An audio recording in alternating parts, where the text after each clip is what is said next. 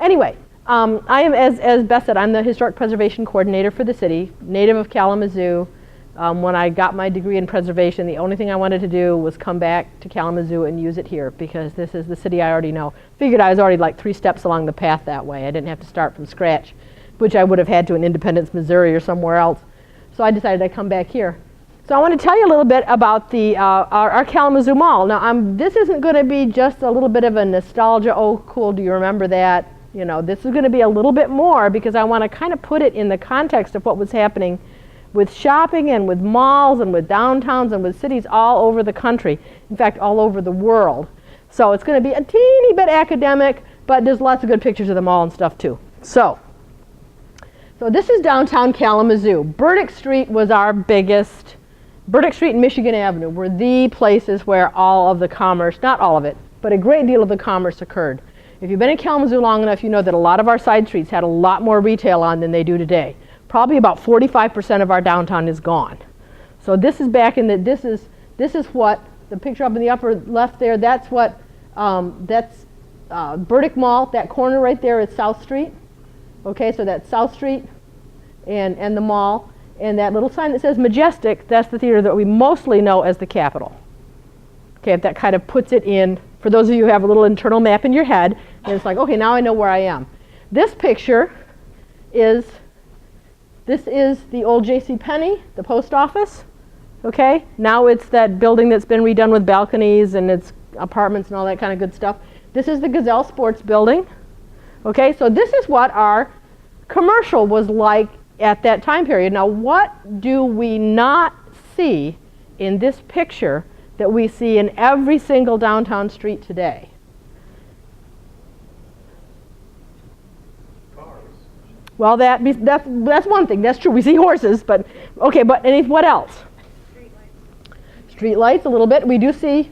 You can't really see them well in these pictures. We also see horse droppings and that kind of thing. And you can see streetcar tracks a little bit here. But this is the big difference: is that today we shade our pedestrians with trees. Back in the day, they did it with awnings. Okay?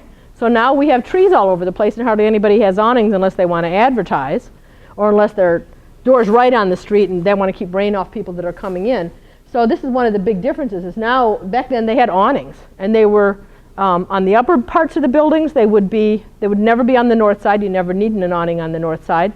They'd be on the south side, the east side, the west side. But they were always at street level because that's what kept the rain and the sun off you when you were shopping downtown back in that time period. So this is what it was. It was a very, very busy pedestrian shopping business. Doctors had their offices in a lot of the downtown buildings. It was very busy. And even here, this picture is from the, judging by the cars, I would say late 40s. And the hemlines on the ladies, probably about the late 40s. And this is South Burdick. Again, this is the corner of South Street and the mall. Not Michigan News. What was that? Louis News was there, although it was called something else at that point.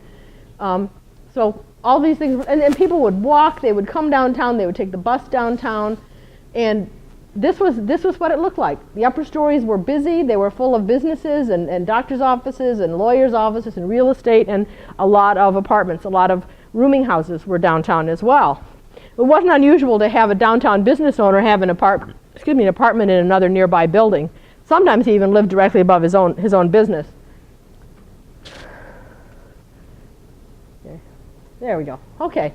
Now, in 1959, which was the year that we first started considering malls and some sort of major change to counteract what everybody was seeing as a loss of revenue and a loss of business in the downtown, in 1959, after doing a whole bunch of annexation, the city of Kalamazoo was not bursting at seams. People wanted to move out of the city. They wanted to get out of the city. We had suburbs. We had Portage, Westwood, Oshawa Township. It used to be, before the early mid-1950s, Millwood was not part of the city. It was annexed during that time period. There were several other neighborhoods that were annexed during that time period and became part of the city. Okay, so this was a lot more typical in 1959 of the housing and what people were doing at that time period. They were moving to the suburbs, and where they moved to the suburbs, they were taking their commerce with them. Okay, so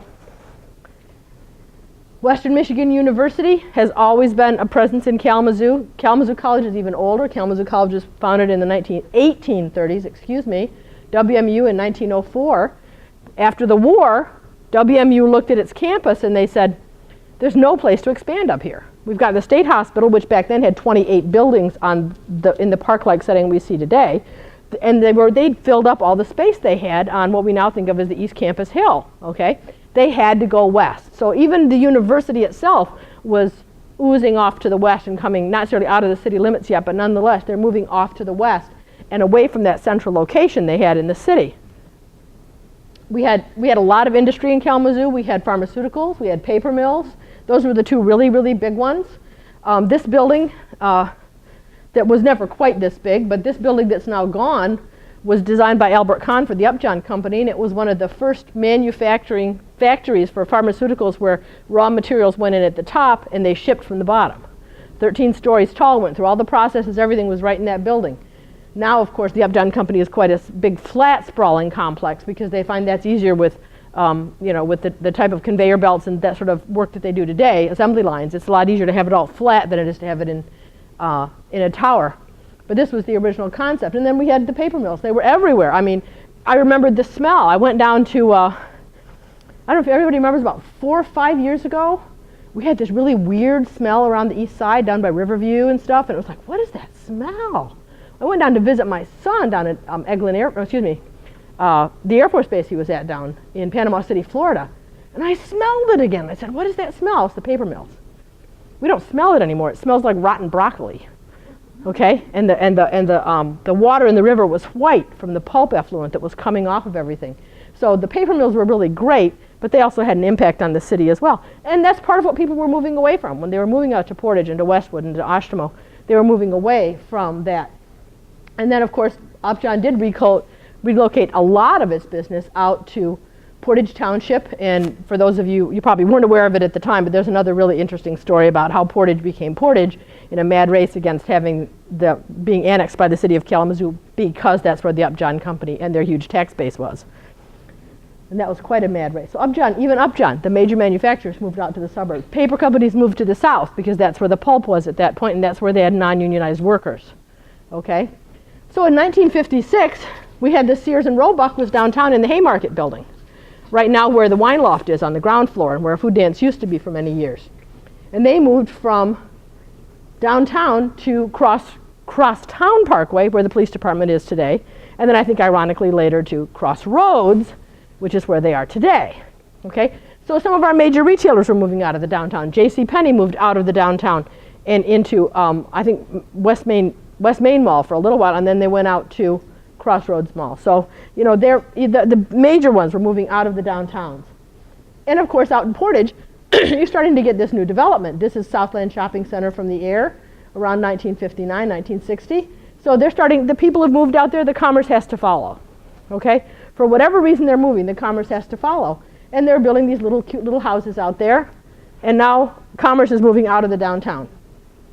So it's not that there's nothing happening in the downtown. People haven't abandoned the city, but a lot of people that have the money, that have the GI Bill, education, new jobs that they can go, and they want to live out in the suburbs, they don't want to live directly in the city. So this is happening nationwide. This is not just Kalamazoo. So the question was asked at that point among the city fathers, the people who were running the city, the people that had businesses downtown, and some of the large corporations that had a real investment in the downtown, was why are people moving away? Now, the feeling that they got at the time, the perception they had from the merchants and the city leaders, was that it was a failure of infrastructure. What do we mean by that? There wasn't enough parking. That's it. There's never enough parking because everybody has to have their own automobile, and there has to be enough parking. It has to be really, really close. There's one-way streets. There's congestion. The same things we've heard in this last round of redoing the mall. We heard this back in the 1990s as well. And it didn't account for the fact that there was a huge social change happening and huge population shifts happening as well. If I get a chance to, I want to print this picture out because well more than 40% of these buildings are gone now. There's way more parking lots than we have today than we had back in the past. And a lot more commerce, a lot more buildings to work with. I think we're going to go the other way. We're going to start filling up again. So it really wasn't just that you couldn't park in front of the store or there wasn't enough parking, because we had also one of the very first parking ramps in the state in the Gilmore parking ramp was one of the first multi-level parking ramps in the state. So we'd been trying to address this issue for a long time. Interestingly enough, one of the very first places in the world that installed a pedestrian mall that had been an actual vehicular road was in Essen, Germany in 1927. I couldn't find any historic pictures, but this is what it looks like today. So since 1927, this area, like our mall would later become, was turned over entirely to pedestrian use. The shopping was still there. Of course, the Germans have always had a much more robust streetcar system than we ever developed. Most European countries do. So they had ways for people to get around. Parking was not quite as big an issue there as it is here in the United States.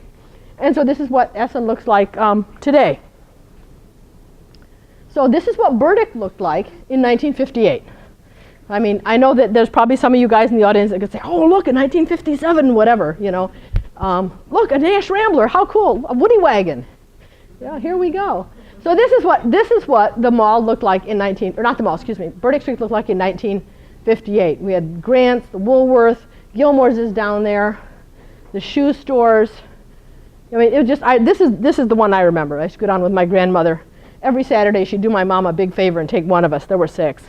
And she'd say, I'm going to go downtown, and you know, she's going to go with me. And I said, okay, fine. And she'd buy us popcorn and a bandolier of lollipops to go home, and she'd go buy crochet cotton downtown. But for her, it was her big, her big thing to do on the weekend. And so this is what I remember, walking next to these cars and the street being there, and once running out into Michigan Avenue and giving my grandmother a heart attack. But so this is what they had. It was one way at this point. Obviously, the streetcar lines are gone. They've been gone for 25 years at this point. So this was, and it was not as full as it had been. It was still doing pretty well, but it was not as full as it had been. So in comes Victor Gruen, and I'm going to explain how Victor Gruen comes into this picture. Mr. Gruen was born in Austria, and he was a person who felt that suburban and city spaces were totally interchangeable. If it works in the suburbs, it'll work in the city. Okay, so all we have to do is bring a suburban shopping experience into the downtown. It'll work great. Absolutely a great idea. He invented the modern mall. He built some of the very first suburban malls, the really large ones in the Detroit area, and also up in Minnesota, and we're going to get into those. But he was, in terms of changing about how people perceived how they shopped, instead of being in a downtown where you'd park and go in and out of several storefronts, but each time it was outside, you would go to the mall, you would park, and then your entire shopping experience would be under one roof. And if one of his early ones, part of it was open. But nonetheless, the whole idea was you'd park once. You wouldn't park down by the State Theater, do a little shopping down there, and then move down to Michigan Avenue, do a little parking down there. Everything would be under one roof. Ironically, if you actually convert the square footage, it's about the same walk. It's just that you're parking in one place and you're walking inside the whole time, so it doesn't seem like you are as exposed to the elements and like you've been out as much. So these are places where Gruen built his first outdoor malls and some of the indoor ones. He did a whole bunch of them. He did Eastland Center, which is in Wayne County. That was that's been empty, and a whole bunch of them in the east side of the state and other places. Some of them he designed and they were never built. Some of them he designed and they definitely were built. The 3 downtown pedestrian malls that he designed, that he said this suburban concept should work fine in the downtown, were in Fort Worth, Texas, which was never built, Kalamazoo, Michigan, and Fresno, California. Fresno was a few years after us, about 6 years after Kalamazoo. Ours went in 1959. And how did that come about? How did our city planners figure out that they thought this might be a way to revitalize our downtown? Where did that come from? Well, we're going to talk first about what Northland looks like. Does this look like your typical mall, right? This is what, if you see this Crossroads or anything else from the air, it's going to be something like this, a giant donut of parking and a large flat roof building in the center with the ring roads around it. Okay? Now Northland was partly open, so they had sculptures, some really interesting modern sculptures in the open areas, as well as benches and fountains and all that sort of amenity that we found later in our mall. If you look at this and you have in your mind's eye what that mall looked like in its first 10-15 years, it had the low planters, the low fountains. Those low benches were part of it, and the giant square pieces of concrete, just like you see in there. That's what our mall looked like the first time around.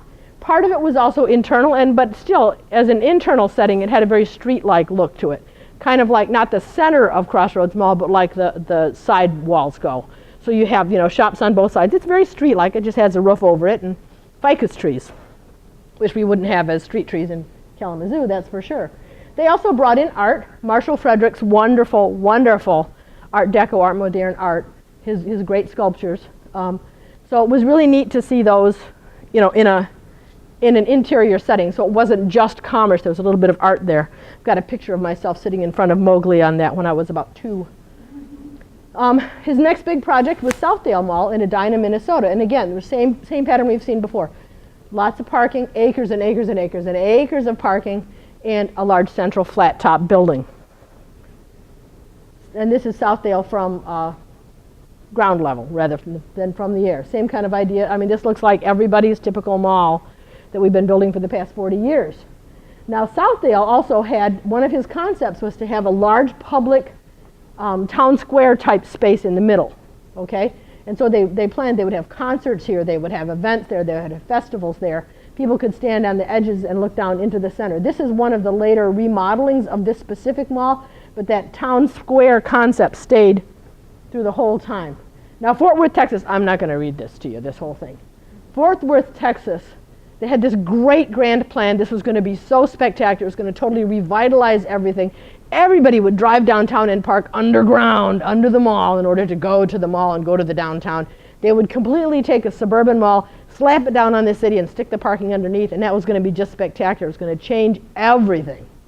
Well, the people in Fort Worth said, we don't really want to pay for that. That was kind of a really good idea, but you know, it was $100 million. Okay, now that is $100 million in 1955. Okay, so we're talking billions today to achieve that same type of concept. And this is what they had proposed for the downtown. They would have surface parking, underground parking, and truck access specifically designed to get everything to the buildings that were part of the new downtown plan. Now, how we found out about this was our city planner, Charles Ford, went to Fort Worth for a conference. And he heard Victor Gruen speak and talking about this plan. And he came back, and it took him several years, but he said, what a great idea. This is exactly what we need. We could be, because he could feel that back in Fort Worth there was some real fighting about whether this would really be viable. Maybe we could be the poster child for mall. Maybe we could try it. We're smaller scale. We could kind of be the beta test and see if this actually works, okay? And he convinced a lot of people. He convinced the powers that be that it could work. So if you take a look at Northland and Southdale, which these are the two existing on the left there, outdoor or, you know, big covered malls that Gruen designed. And then you take a look at the Fort Worth plan, which is, it really is kind of the same concept. It said he put as much of the parking as he could underground. There are some parking lots, but a lot of the big gray spaces are parking lots, but a lot of the parking is also underground. And this is what Gruen drew up for Kalamazoo. Okay, it's got the ring road. It's kind of hard to see in this photo, but all this space, the whole donut space, all the places where you see the green trees, or what looks like the green trees, those are on parking lots. So it was essentially a downtown core surrounded by a donut of parking that would have extended well into the neighborhoods to Westnedge and possibly a little bit beyond. Walnut, all the way to Walnut Street, with double ring roads going all the way around, essentially making the downtown an island in the center of the city. I mean, look at the Cloverleaf interchange there, and that big round thing is supposed to be a convention center, meeting center. Okay, and that's down, I mean, it's hard to even say where that is, down by the railroad tracks in East Michigan, because here's our classic, want to get little bearings here. This is where Michigan curves. This would be Old Peninsula Brew Pub, so this would be right up in here. So this is a road that really doesn't quite exist today, and this is Portage heading off this way. So that was his plan for downtown Kalamazoo. That's what he came up with. This is the model. They actually built a model which was about 10 feet by 10 feet. And they kept some of the downtown buildings. I think about, the last time I looked at it really closely, I think they kept about 50% of the existing downtown buildings. Then there was parking, helicopter landing pads, the hospital, and then just more new commerce and new buildings around that. We would have lost the close-in neighborhoods and the housing that's still so much a part of the Vine neighborhood at least. This is a drawing that makes it a little bit clearer, especially where the parking goes. So you see that literally it's a sea of parking surrounding an urban core. Okay, so here's Here's Bronson Park. Let me think, to get my bearings a little bit here. This isn't quite to scale exactly because this is supposed to be City Hall. Over here, this is the county building. And then some of the buildings, if you say, I don't recognize those buildings, that's because they didn't exist, never have existed. This is the American National Bank building, now the Fifth Third, to kind of get yourself a feeling. The Haymarket building here. But a lot of the stuff that we think of today as downtown Kalamazoo, or that we even think of historically, was gone because they wanted to replace it with other things. Most of the churches stayed. Some of the larger, more prosperous commercial buildings stayed. By the way, this did not address flooding because it goes all the way up to Kalamazoo Avenue, and it still would have been in the floodplain. So I put this Gruen plan from this upper left picture onto this map of Kalamazoo today. So that red boundary marker is where the Gruen plan would have gone. This is where the part of the mall that we did build is, right here, the green and the blue, okay? And this is all the stuff that would be, so you can kind of compare and say, well, what's missing? Well, a lot of stuff, a lot of the housing that's along here is gone. A lot of the other buildings that we now treasure are just gone because they wanted parking. The automobile was the greatest good. This is an article that was an illustration that was in the Baltimore Sun because the mall concept was supposed to also include Michigan Avenue. I don't think MDOT was really thrilled because that is a state trunk line, but nonetheless. So in about 1959, that's what, that picture on the left is what Michigan Avenue looked like.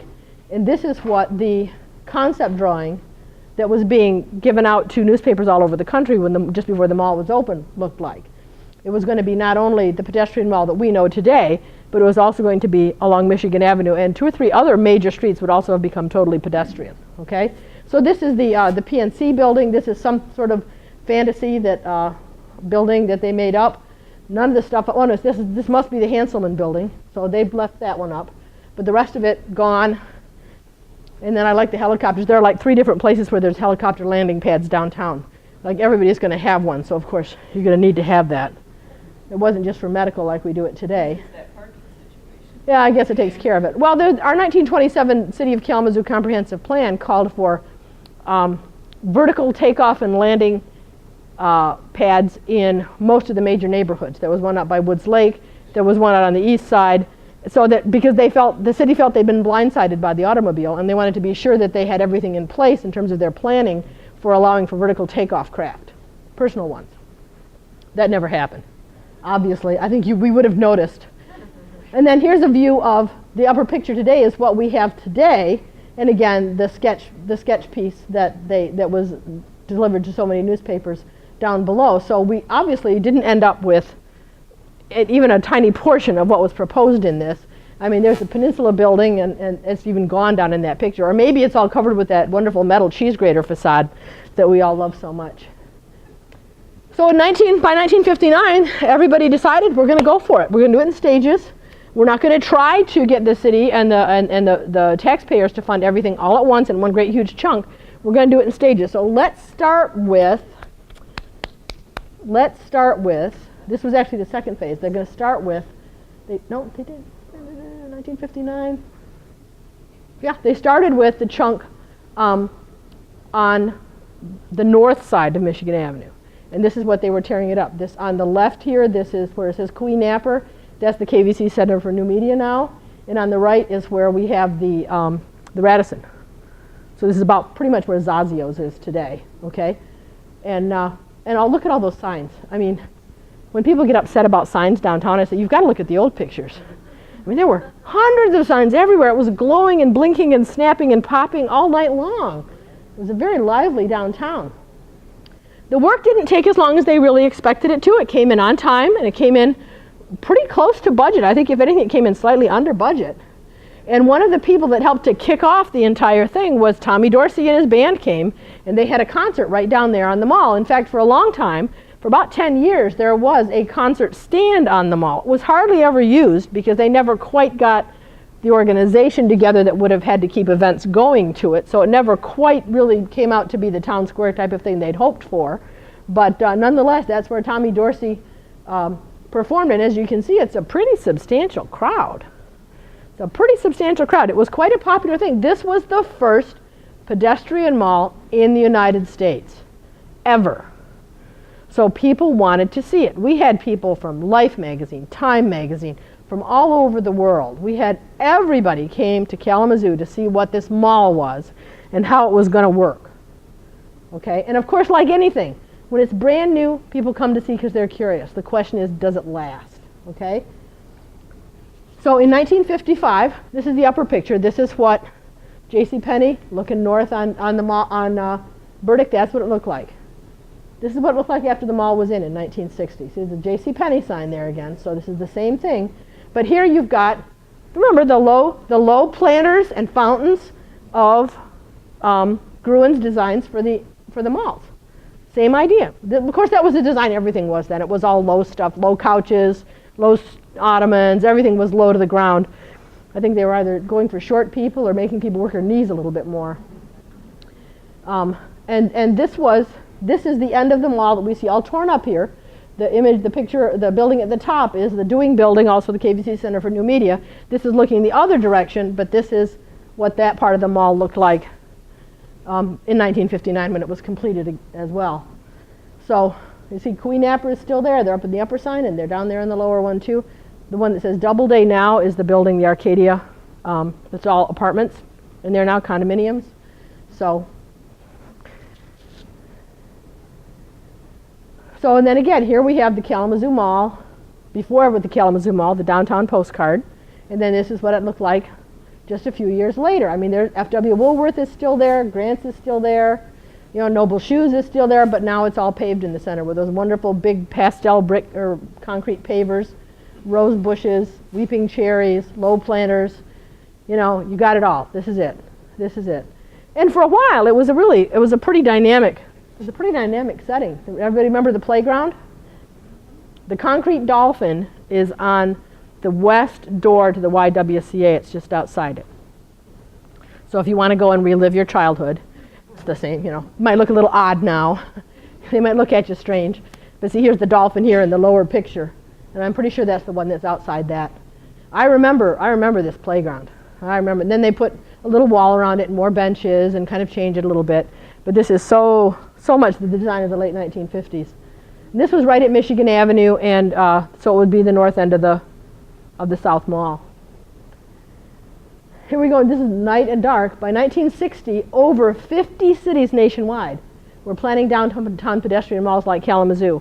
Some were just going to put their toe in the water, and so what they did was they stopped traffic on the street, put tables out and planters, and said, let's see how this works, how people like it. Okay?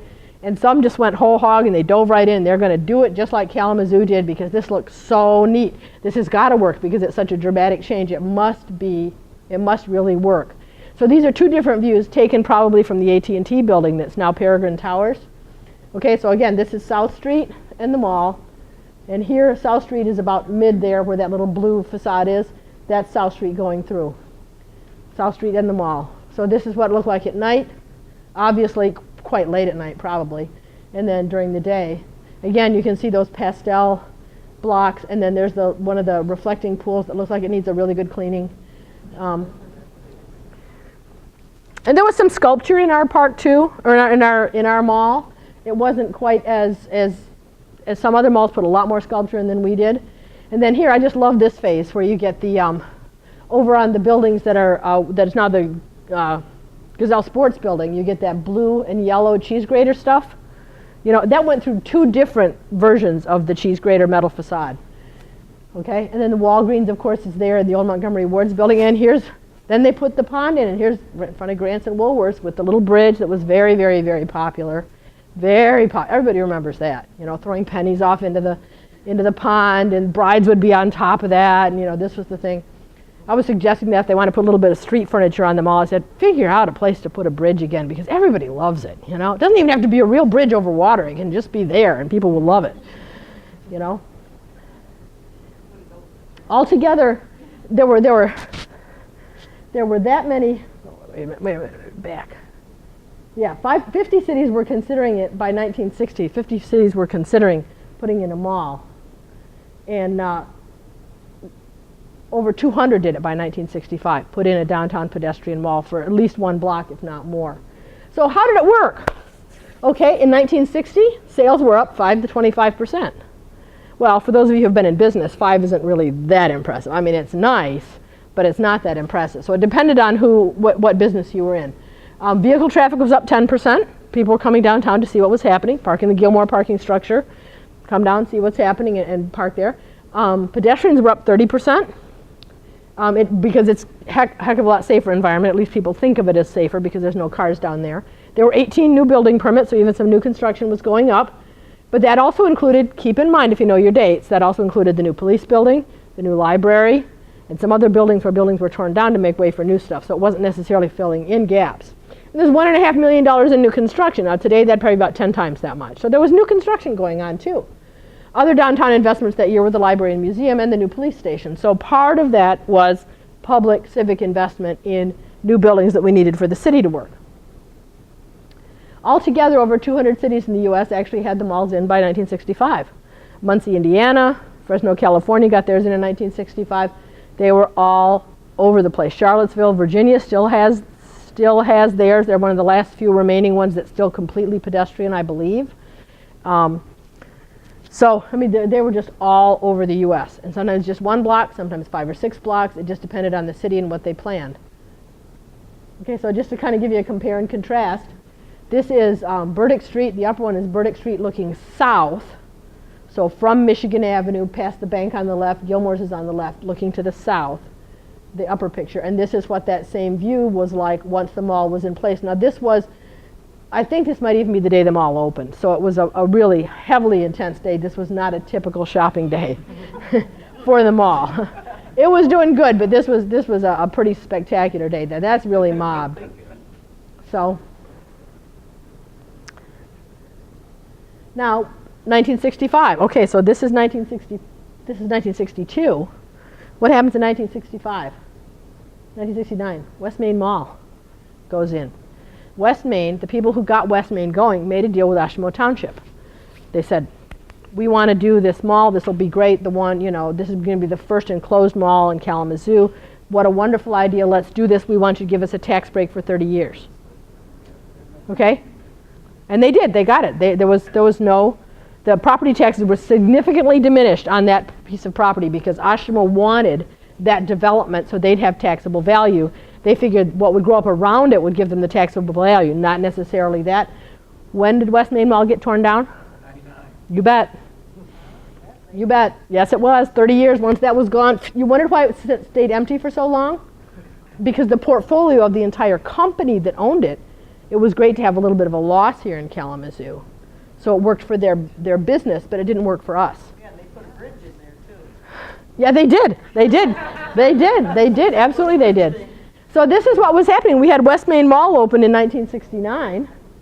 1971, opposite side of the street, Maple Hill Mall goes in. And remember, that was originally an enclosed mall. Okay. 1975, they tore up another block of the downtown, figuring, well, maybe we just need to make it bigger. Maybe it's not working because we just need to make it bigger. Okay? And so they pulled it one more block down, so it went down to Eleanor Street. And this building on the right is the Uptown Theater, which closed just before that, I think. Maybe even more than that. But I mean, the businesses that were down at this end, if you remember the businesses that were on the mall itself, it was JCPenney, it was Woolworth's, Grant's, it was, you know, good businesses, good thriving businesses.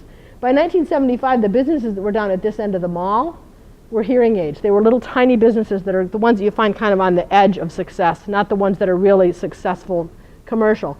So it was a good idea, but, you know, and this is one of the few parts of the mall that is still totally pedestrian. This is the part between Water Street and Eleanor. As is the other block between Michigan and Water Street is also pedestrian, down by the Radisson. And then in 1980, the coup de grace, of course, was Crossroads Mall. This is what Crossroads looks like today. Again, I mean, you could take this picture and you could interchange it with any suburban shopping mall anywhere in the country, and you're going to have the same look to it. Ring of gray parking lot shopping, big buildings in the middle, and then a lot of peripheral development around the edges, because it does work out in the suburbs where we have a lot of room to grow. Except now, I understand the shopping mall is dying. So by 1990, this is what we had. They did this was like 1, 2, I think this was the third redo of the mall. Okay? In the 80s, they went through this kind of wood sort of thing, kind of pagoda-ish looking structures, and those didn't last very long. And then in 1991, they did it again, tried to make it a little bit more, you know, fitting in. The bridge is still there. The MD Ellis clock, which is now down on Kalamazoo, or Michigan Avenue, is still there. And this is what it looked like. And again, I mean, it didn't do it. You know, it just didn't bring people downtown. People were going to go shopping out in the suburbs because it was easy. They didn't have to worry about rain. They thought they didn't have to worry about crime because, of course, there's no crime reports out there because it's private property. In the city like this, we have to report every single crime because it's public property. That's why you don't get the total reports about crime that happens at the mall because of that. So here, this is what we've got. And again, the cheese grater is still on those facades.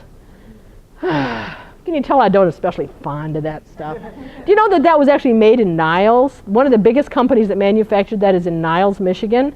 And so they have a really interesting decision-making process there if they decide they want to take this stuff off their old buildings downtown. It's like we're destroying part of our history because we're taking this down, but it's ugly, so what do we do? And they kind of go back and forth on it.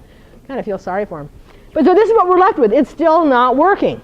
By 1990, it's just not working the way they wanted it to. It didn't automatically draw everybody downtown because it ignored the big social factors of people wanting to move to the suburbs. It assumed that if you have some place that's really interesting and fun, people are going to come. And you know, people very rarely base their shopping on interesting and fun. They base it on prices and convenience. So this is what it looks like today. This is the Gilmore's building on the top picture on the left, and this is pretty much what that same area looks like today. We're looking south from Michigan Avenue. So this is pretty much what it looks like today. And this is what it looked like in 1910, looking north from South Street with the streetcar tracks there. This is what it looked like in 1962 with the cheese grater facade and the nice green lush center there. And this is what that same corner looks like today, looking down the mall. Now, what you're seeing here is you're seeing top picture, no trees. Middle picture, a few ornamental trees, but they tend to be in the center. And now we're doing all of our shading of people with the street trees that we're growing. Is that where the green frog is on that corner? Yeah, across the street, kitty corner from this building on the right. So close, in front of the Gazette. Yes. So in 1994, they had had two previous studies of what to do with the mall. What should we do with the mall? The other two ones said, work on everything you can possibly think of to revitalize the downtown. Take the mall itself out as your last choice. Let's get people back downtown. You need programs, you need merchants, you need recruiting, you need facade repairs, all these things. Let's do those things first rather than taking the mall out, the pedestrian mall out. Well, in 1994, they hired LDR, which is a company out of Virginia, Northern Virginia. And son of a gun, they came up with the answer that people really wanted, which was take them all out.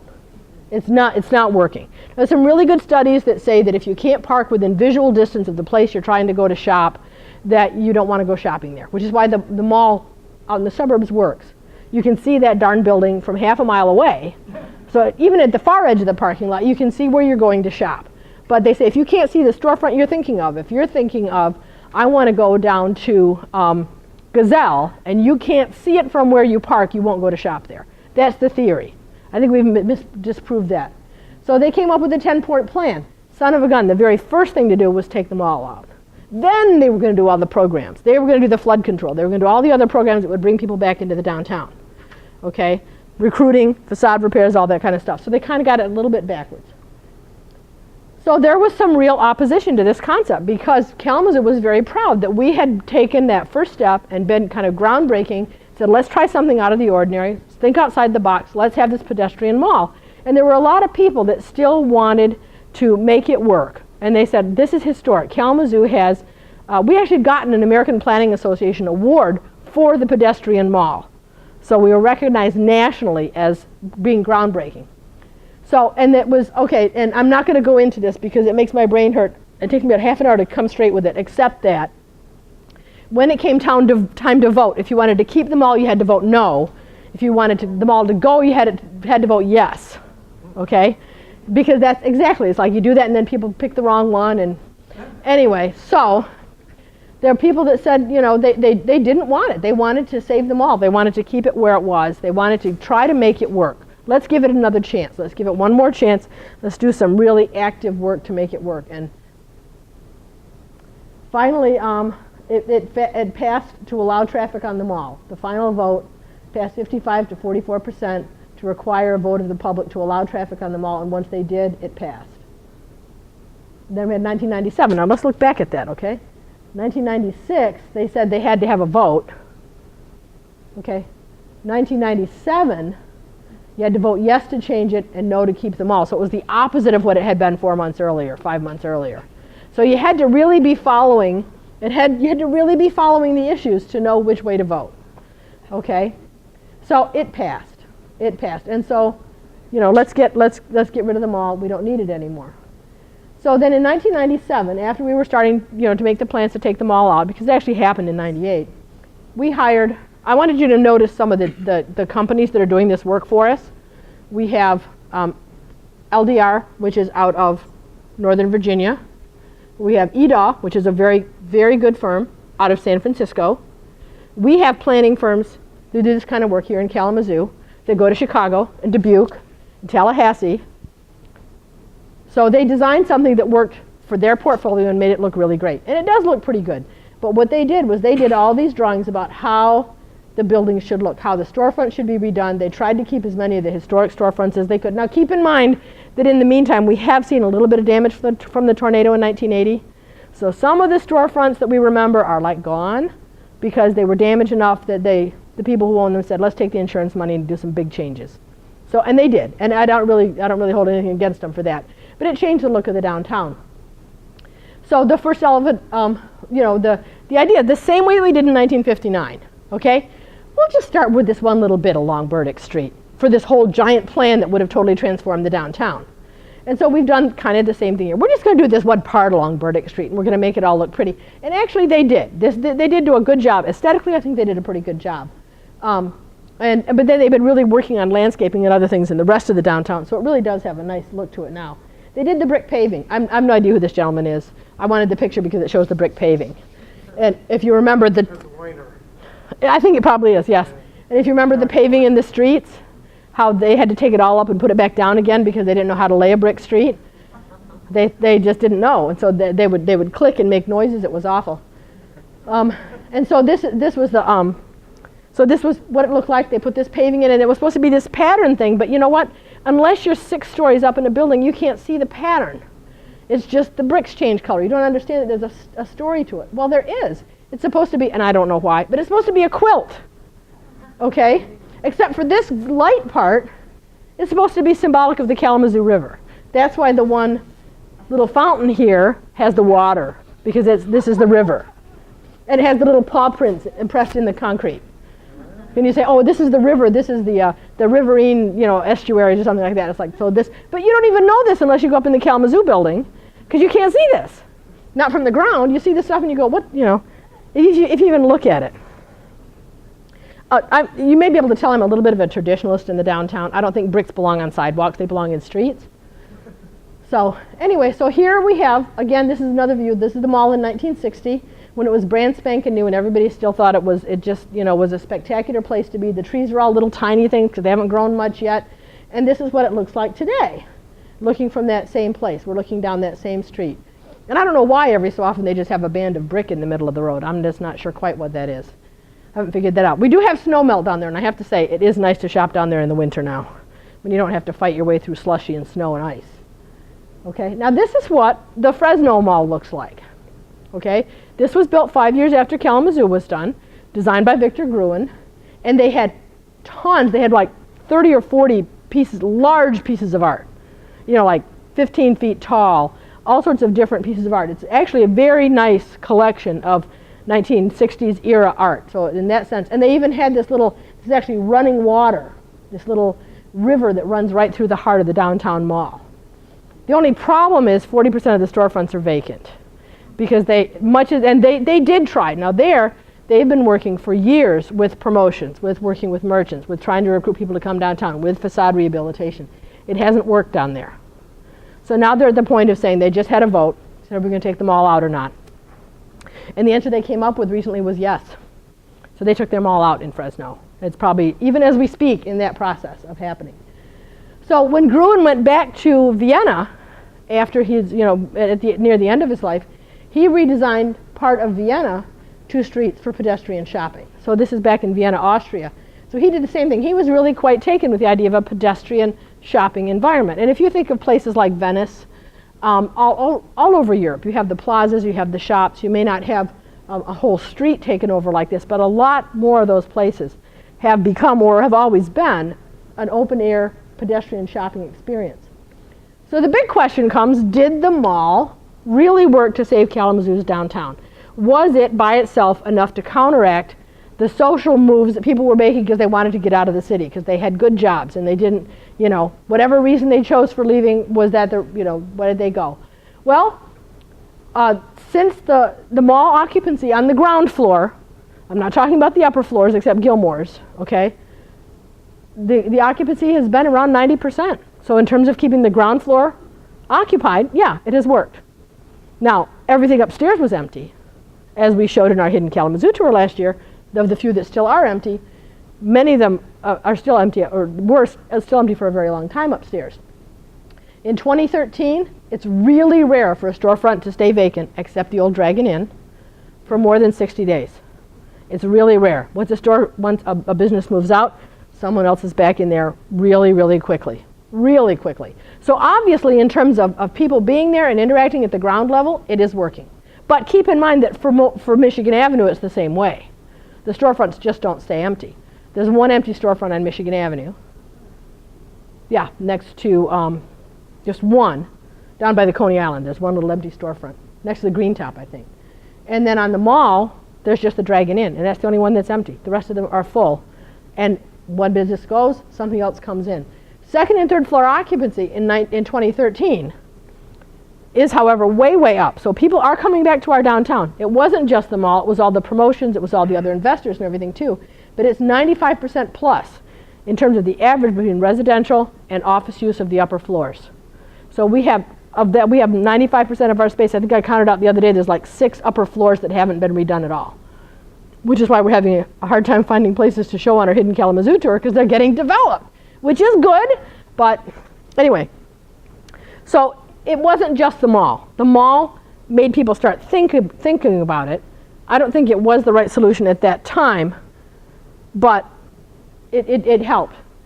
The one thing about the constantly changing mall, because it seemed like it was about every 8 or 10 years they'd say, we need to do something about this. And it would be new plantings or new pots, or they took the stage out, or they'd change the paving or something like that.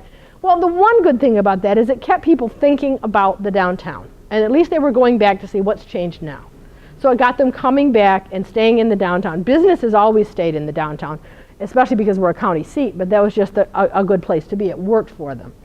So now, instead of being, the downtown used to be a little bit residential, mostly shopping and businesses, but by that we mean realtors, doctors' offices, insurance agencies, accounting firms, all that kind of stuff.